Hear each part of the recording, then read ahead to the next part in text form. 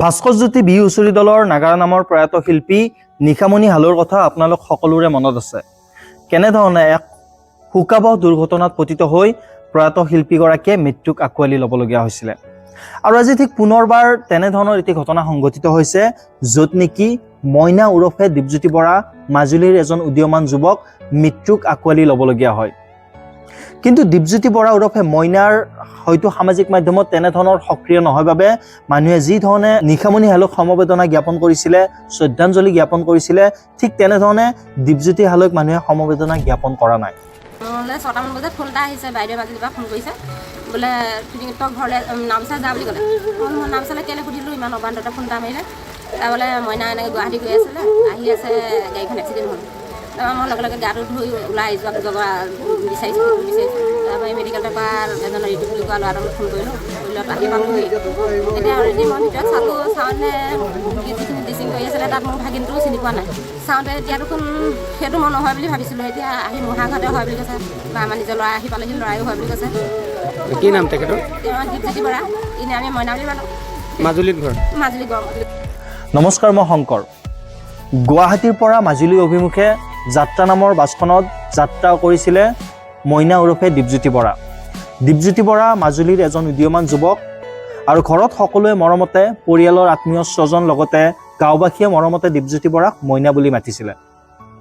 কিন্তু মইনাই সকলোকে কন্দুৱাই এক অজান দেশলৈ গুচি গ'ল। যোৱাকালি পুৱতি নিশা লখিমপুৰৰ নাওবৈচাত সংঘটিত হৈ যাত্ৰা নামৰ বাছখন এক ভয়াৱহ দুৰ্ঘটনাত পতিত হয়।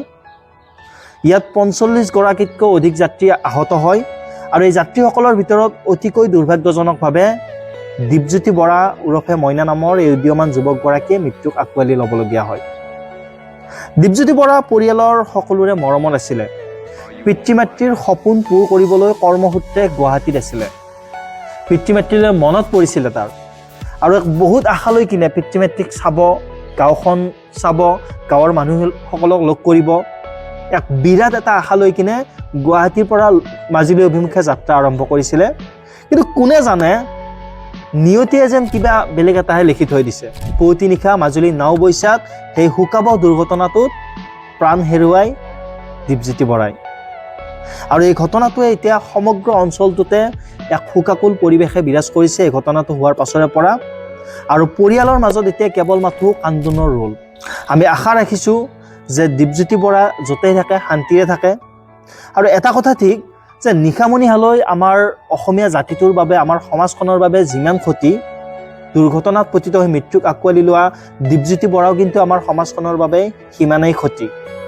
আপোনালোক সকলোৱে দীপজ্যোতি বৰাক কমেণ্ট বক্সত গভীৰ শ্ৰদ্ধাঞ্জলি জ্ঞাপন কৰক, সকলোতে জ্ঞাপন কৰক, যাতে এই উদীয়মান যুৱকগৰাকীয়ে অন্ততঃ পিতৃ মাতৃক লগ পোৱাৰ যি সপোন আছিলে, সেই সপোন পূৰণ নহ'ল যদিও তেখেতৰ বিদেহী আত্মাই যাতে চিৰশান্তি লাভ কৰে।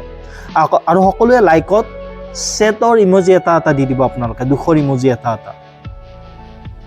এই সময়ছোৱাত শোকসন্তপ্ত পৰিয়ালবৰ্গলৈ আমি গভীৰ সমবেদনা জ্ঞাপন কৰিছোঁ, আৰু ঈশ্বৰৰ ওচৰত এটাই প্ৰাৰ্থনা জনাইছোঁ, পৰিয়ালবৰ্গক শক্তি দিয়ক যাতে এই কঠোৰ সময়খিনি তেওঁলোকে সহ্য কৰিব পাৰে। লগতে দীপজ্যোতি বৰাৰ বিদেশী আত্মালৈ চিৰশান্তি কামনা কৰিছোঁ। সকলোৱে ভিডিঅ'টো শ্বেয়াৰ কৰক যদি পাৰে, আৰু যদি শ্বেয়াৰ কৰিব নোৱাৰে অন্ততঃ কমেণ্ট বক্সত ওম শান্তি বুলি লিখিবলৈ নাপাহৰিব।